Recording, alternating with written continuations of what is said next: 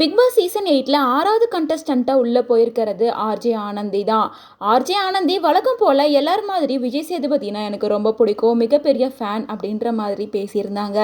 விஜய் சேதுபதி உங்களை நிறைய மூவிஸில் இதுக்கு முன்னாடி நானும் பார்த்துருக்கேன் அப்படின்ற மாதிரி சொல்லியிருக்காரு.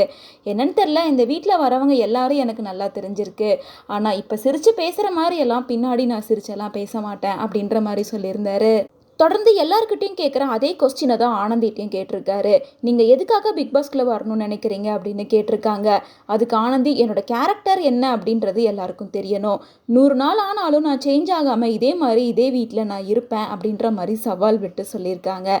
அது மட்டும் இல்லாமல் அவங்களோட ஃபேமிலியில் இருக்கவங்களும் அவர் 100 நாள் அங்கே இருக்கணும்னு தான் நாங்களும் ஆசைப்படுறோம் அப்படின்ற மாதிரி பேசியிருப்பாங்க. தொடர்ந்து எல்லாருக்கும் கொடுக்குற அந்த பிக் பாஸ் சீசன் 8 ஐலோகோவோட இருக்க மாதிரியான டம்மி திராஃபியா ஆனந்திக்கும் விஜய் சேதுபதி கொடுத்து உள்ள அனுப்பி வச்சிருப்பாரு. ஆர்ஜே ஆனந்தி அவங்களோட ஒர்க்கை ஒரு ரேடியோ சேனலில் தான் ஸ்டார்ட் பண்ணியிருந்தாங்க. பல வருஷமாக ரேடியோ சேனலில் தான் ஒர்க் பண்ணிட்டு இருந்தாங்க.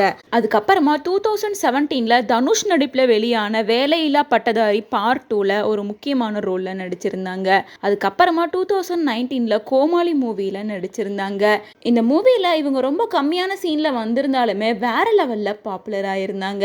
அதே வருஷம் விஜயோட பிகில் மூவிலையும் இவங்க நடிச்சிருந்தாங்க. இந்த மூவியை தொடர்ந்து தாராள பிரபு, சூரரை போற்று, நெற்றிக்கண், டி பிளாக் அப்படின்னு பல மூவில நடிச்சிட்டு வந்தாங்க. கடைசியா இவங்க நடிப்புல வெளியான படம் தான் நண்பன் ஒருவன் வந்த பிறகு. இந்த படத்துக்கு அப்புறமா இப்போ பிக் பாஸ் சீசன் 8ல ஜாயின் பண்ணிருக்காங்க. இவங்க ஒரு ஆர்ஜே அண்ட் ஆக்ட்ரஸ் இதெல்லாம் தாண்டி ஒரு சோஷியல் ஒர்க்கராகவும் இருந்துட்டு இருக்காங்க. மேலும் நிறைய ஷோஸ்ல ஒரு பேச்சாளராகவும் கலந்துட்டு இருக்காங்க. இந்த நிலையில இப்போ இவங்களுக்கு 33 வயசு கம்ப்ளீட் ஆயிடுச்சு. இப்போ வரைக்கும் மேரேஜ் பண்ணாம சிங்கிளா தான் இருந்துட்டு இருக்காங்க. மேலும் Sun TV, Zee Tamil, Raj TV அப்படின்னு சொல்லிட்டு பல சேனல்ஸ்ல சின்ன சின்ன ஷோஸை தொடர்ந்து ஹோஸ்ட் பண்ணிட்டு தான் இருக்காங்க. தொடர்ந்து நிறைய புக்ஸ் படிக்கிறது தான் இவங்களோட ஹேபிட்டா வச்சிருக்காங்க. அது மட்டும் இல்லாம நிறைய ஷோஸ்க்கு இவங்க பேச்சாளராகவும் அறிமுகமாயிருக்காங்க. இந்த நிலையில இவங்க பிக் பாஸ் வீட்டில் கண்டஸ்டன்ஸ்க்கு எந்த அளவுக்கு டஃப் கொடுக்க போறாங்க அப்படிங்கறதெல்லாம் வெயிட் பண்ணி தான் பார்க்கணும்.